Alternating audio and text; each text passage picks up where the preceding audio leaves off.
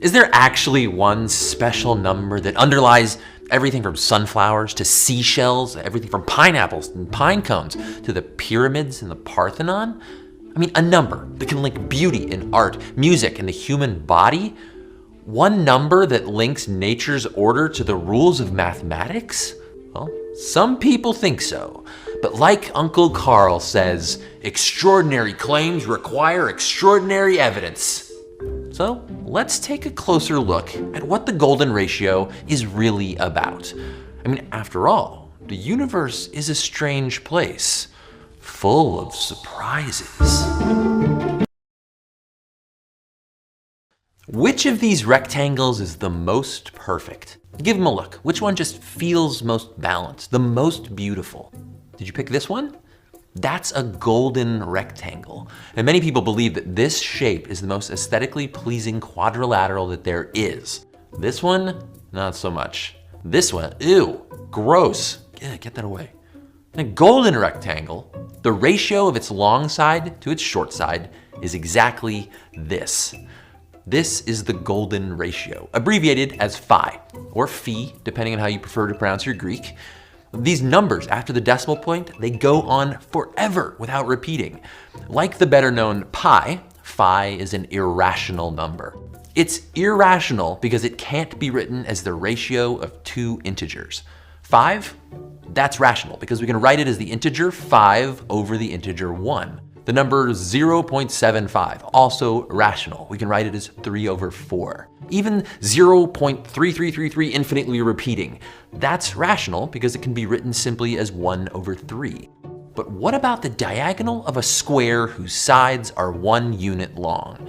The Pythagorean theorem tells us that the diagonal has a length of the square root of 2, which is a number, but one that can't be written as a ratio of two nice and tidy integers. It's irrational. Likewise, phi also can't be written as a simple integer ratio, and an ancient Greek named Euclid was one of the first to notice that. This Euclid guy was big into geometry. In fact, most of the geometry that we learn in school is named after him. It can be a pretty big deal to get a whole section of math class named after you. So around 300 BC, Euclid wrote a book called Elements, a collection of most of what was known about math at the time. And until the 20th century, it was the best-selling book ever other than the Bible. Euclid noticed that there was one special way to divide a line, where the ratio of the whole to the longer segment was the same as the ratio of the longer segment to the shorter one. And that ratio is phi.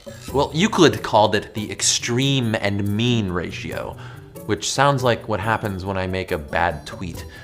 The names phi and golden ratio, they didn't show up until almost the 20th century. Anyway, the Greeks and mathematicians of that time, they didn't think of numbers like we do as these strings of digits from 0 to 9. To them, phi was this ratio. Just like to them, pi wasn't 3.14159, etc. Pi was just the ratio of a circle's circumference to its diameter. This is literally the golden ratio, and you can do some weird stuff with it. The ratio of the long sides of this triangle to its short side is, you guessed it, phi. This is a golden triangle, also called a sublime triangle. And the angles of that triangle are 72, 72, and 36 degrees. Now, if I divide one of the long sides according to the golden ratio and make a smaller triangle there, it's another golden triangle, same angles and all. And that other triangle we just created, the length of these sides to the base is 1 over phi. We call this squatty shape the golden gnomon. And if I take one golden triangle and stick 2 golden gnomons on the side, I get a regular pentagon. Yeah, we're just getting started. Let's overlap 2 golden gnomons and add a smaller golden triangle on the side. You make a pentagram. And going back to our golden rectangle, if we put another golden rectangle here, another inside that, and another, and so on, and draw a curve through all these shapes, we get a shape called the golden spiral. If that looks familiar, it's probably because you've seen an image like this before on the internet, and we will be getting back to that very soon. No, there's even more strangeness. If you multiply phi times itself, that's the same as 1 plus phi. Take 1 over phi, and that's the same as phi minus 1. This is a weird number. Okay, fine. So what? Phi's weird. There's infinite numbers, so some of them are gonna be a little strange. What makes Phi special is that it shows up in a bunch of really unexpected places that are pretty far off from geometry class. Or at least people claim to find Phi in a lot of unexpected places. And this is the really interesting thing about Phi, because as cool of a number as it is on its own, it's achieved this almost mythological status. I mean, this is like the Elon Musk of numbers. And many people say that because we find it in so many places, it can't just be a coincidence. It must be a sign of some deeper secret about the universe. Well, where does the real story of Phi end and the myth begin? Well, if there's one person responsible for the mythological status of Phi, it's this guy, Leonardo of Pisa, aka Fibonacci. Around the year 1200, Fibonacci was responsible for bringing Hindu Arabic numerals into common use across Europe. These are the numerals that we use today, 0 through 9. And merchants quickly realized that doing arithmetic with these was way easier than Roman numerals, which is what everyone in Europe was using at the time. So to teach people how to use these new numbers, which had actually already been in use in Asia for like 1,000 years, Fibonacci wrote a math textbook, Liber Abaci, which just means the book of calculation. This book was full of math problems to teach people how to add and exchange currencies and divide and multiply with these new numbers. And tucked inside of chapter 12 was this weird problem about rabbits, doing what rabbits are known to do that would end up making Fibonacci famous. Imagine you have a pair of rabbits in a field, one male and one female. No rabbits die or get eaten. Starting from the second month she's alive, every female reproduces each month, making a new pair of rabbits. One male, one female. So how many rabbits will they produce after 1 year? You can pause and take a minute to work it out if you want to, but it ends up looking like this. You might notice something special about the number of pairs of rabbits. Each month, the number of pairs is equal to the sum of the previous 2 months. And after 12 months, you'd have 144 pairs. This is the famous Fibonacci sequence.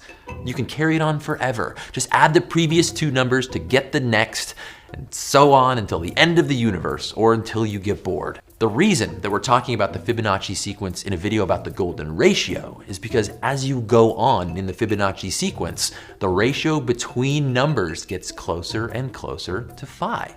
In fact, any sequence of numbers that follows the Fibonacci rule, adding the 2 previous to get the next, trends to Phi. Like this set, the Lucas numbers.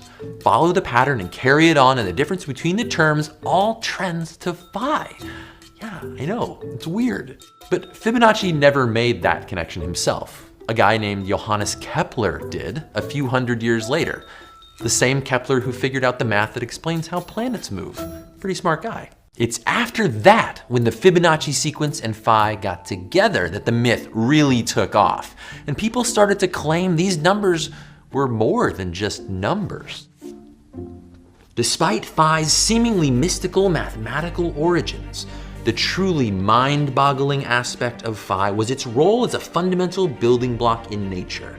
Plants, animals, and even human beings all possessed dimensional properties that adhered with eerie exactitude to the ratio of Phi to 1. Phi's ubiquity in nature clearly exceeds coincidence. That is how one of the greatest writers in all of history put it. And that's really the question, isn't it? Does Phi, the golden ratio, the divine proportion, whatever grand name you want to give it, really show up everywhere in nature? Or is it our pattern-sensing brains making us think that we see it everywhere? Like when you notice a license plate from another state and suddenly start seeing out-of-state license plates more than you used to, or think you used to. Well, let's look at some places people claim to see Phi. The human body. It's claimed that the ideal ratio of a person's height to the distance from their navel to their feet is Phi. I probably don't need to tell you that beauty standards in different cultures vary a lot, and people come in way too many shapes and sizes for that to be a rule. The Great Pyramid of Giza, the Parthenon, Notre Dame Cathedral in Paris, the Taj Mahal, a handful of ancient buildings that people claim were built with golden ratio dimensions. The thing is, for an object that's fairly big, like a building, or complex, like a body, There are so many ways to measure it and so many measurements you can take that some are bound to be somewhere around a golden ratio apart from each other. I mean, this video is a 16:9 aspect ratio. That's pretty close to 1.6, but it's not phi. 16:10 would be even closer, actually. Lots of places that people claim to see phi in nature are just plain wrong. Like the ratio of one turn of a DNA helix to its width. If you Google that, and you'll see results that say it's 34 angstroms high per turn and 21 angstroms wide. Both Fibonacci numbers. Ooh, intriguing. Unfortunately, that's wrong. These are DNA's actual measurements. Here's the key thing in any example that you find. Phi isn't approximately 1.6, give or take. It's exactly this. If people go measuring things looking for the golden ratio, they often measure them in ways that ensure that they find the golden ratio. Our brains love patterns. And once we learn a pattern, like the usual arrangement of a mouth and a nose and two eyes to make a face, we see that pattern everywhere. And that brings us to this, a nautilus shell. A nautilus is a cool little mollusky thing that swims around with a spiral shell and a face full of spaghetti. And it's become basically the official mascot of the golden ratio in nature. The claim is that if you trace the spiral of this shell, each ring is a golden ratio away from the next smallest ring, etc. But people have gone out and actually measured loads and loads of nautilus shells, and they aren't golden spirals. The ratios vary quite a bit. Like snail shells or sheep horns, it's an example of what's called a logarithmic spiral. I mean, it's really cool. Each turn of the spiral grows by the same proportion because the nautilus grows at the same rate. But that proportion isn't phi. And that's too bad because logarithmic spirals are cool, but no one pays attention to them because of this obsession with phi. My point is, close is not enough. If phi is a fundamental building block in nature, we should be able to show that it's more than a coincidence, that there's some reason behind it being there. Which brings us to these. Not every claim about seeing phi in nature is fake. Phi does show up in nature in a really interesting way, and if you've ever looked closely at a pineapple or a pine cone or a sunflower or an artichoke, I don't know who closely studies artichokes, but maybe you have. All of these plant parts show a special kind of spiral. Let me show it to you. Here's a pineapple, and if you notice on a pineapple, there's these spirals going one direction like this, and then we can see a spiral going the other direction, the other way around the pineapple. Let me trace this out and make it a little easier for you to see. So, a little arts and crafts time here on It's Okay to Be Smart. This is gonna be fun. There's 13 spirals in that direction. Well, now let's count these spirals in the other direction. So we've got 8 spirals going in one direction and 13 spirals going in the other direction. And if those numbers sound familiar, that's because they're both Fibonacci numbers. And you remember from before that within the Fibonacci sequence, we find the golden ratio. Okay, that's just one pineapple, and maybe that's a big pineapple conspiracy coincidence. So let's count something else. I don't know if you've ever noticed this, but pine cones have these adorable little spirals too. Let's see if there's any phi magic going on in there. 8 spirals going that direction. Ho ho ho, it's pretty spooky. 13 spirals going the other direction. Those are Fibonacci numbers too. Pine cone, pineapple. Maybe these should have been called fine cones and fine apples, but I digress. We can also find Fibonacci numbers in these sunflowers, this rose, this cauliflower, this succulent thing. This is fun. Let's count the spirals on this artichoke too. And 5 spirals going in that direction. 8 spirals going in that direction. 5 and 8 are Fibonacci numbers as well. And there's this, the branch, ow. Hold on. I came prepared for this thing. And this, the branch of a monkey puzzle tree. Yes, that is its real name. It looks like some sort of medieval weapon for them, like a plant knight or something. We can count the spirals on this thing too, very carefully. I should be wearing safety goggles for this. And 8 spirals going in that very dangerous direction. Come here, you. 13 spirals going the other direction. Plants can't do math, they can't count. So why is there this connection? Well, imagine that you're a plant. You eat light, so the more sun you can catch with your leaves, the better. So as a stem or a branch grows up or out, where do you put your leaves? Let's put one leaf right here. That looks fine. And then let's go, say, half a turn to where we'd be as far as possible from the first leaf that we laid down. Well, we can do our half turn rule again, and well, wait, now we're on top of the first leaf. And if we continue this, well, we're not gonna be catching maximum rays, man. Let's start over. And let's pick a new fraction of a turn. Why not a third? So we put our first leaf down here, and we can turn a third of a turn right here. We turn a third of a turn again for our next leaf right here. Well, it's looking pretty good so far. A third of a turn from our third leaf. Oh, now we're back over the top of our first leaf again. So that's not gonna work either. Maybe 1/4. So we can start here, a quarter turn again, another quarter turn. There are plants that actually grow like this, but we can quickly see as we continue this pattern, we overlap our leaves again. This can't be the best strategy out there for catching maximum sun. And it turns out that if we use any fraction of a circle with a whole number on the bottom, our leaves will eventually overlap. A rational number isn't gonna work. But what if we used an irrational number instead? And remember that irrational numbers can't be expressed as simple integer ratios.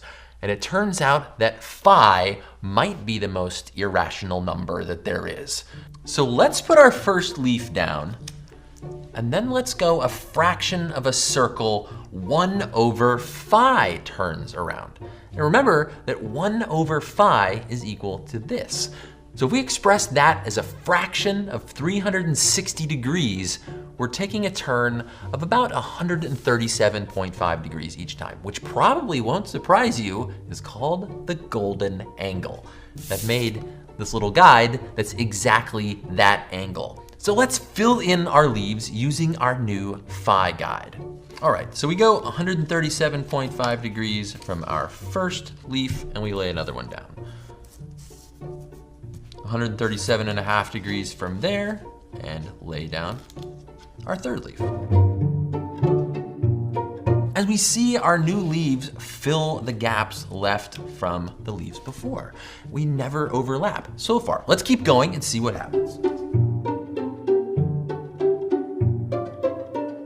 1, 2, 3, 4, 5, 6, 7, 8. The Fibonacci number of spirals, they form all on their own, just from that golden angle turn rule. Why do these spirals form? You can actually do this yourself and play around with different sized leaves or petals or whatever.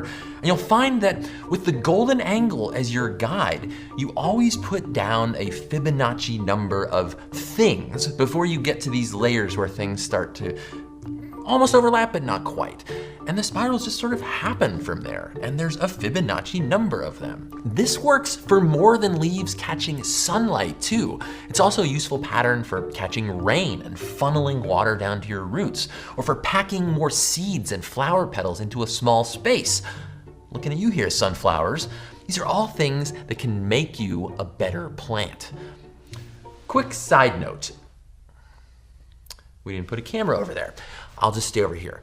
Quick front note. This explains a lot about why plants do this, but the how is a lot more complicated, and scientists are still working out a lot of the details. What we do know is that instead of having some internal leaf angle growth measurer thing or something. All these angles, well, they have to do with newly growing plant parts repelling other nearby plant parts. Kind of like how the poles of magnets, if they're alike, they repel each other. Only this is thanks to growth hormones and not magnets. But the point is, there's actual biology and chemistry underneath all of this. So anyway, it's not like there's a gene in plants that's programmed to do math or something. But plants have had gazillions of years of evolution to find the best way to do all the cool plant stuff that they want to do. And it's not like every plant even does this. Plenty of plants follow different rules, and it works just fine for them. And that's all that really matters in evolution, is that something works well enough. Not that something reaches some mathematical and irrational golden perfection. But, I mean, you can't deny this is kind of beautiful. And I think that's probably a big part of why we're attracted to this pattern more than other plant patterns. Because, you know, ape brain like pretty pattern. And that's the funny thing about beauty. It can take so many forms. We know that some artists like Salvador Dali or the architect Le Corbusier occasionally used the golden ratio purposely in some of their work. But I mean, there's plenty of beautiful art that makes no use of the ratio too. You remember when I asked you to pick the most beautiful rectangle at the beginning? Lots of you probably picked one other than the golden rectangle. Math follows very particular rules, and things like beauty and life, they're a bit more messy because the world is a messy place. And that's part of the beauty, isn't it? That's okay. Because sometimes in the middle of that mess, if we look hard enough, we can find some order after all. Stay curious.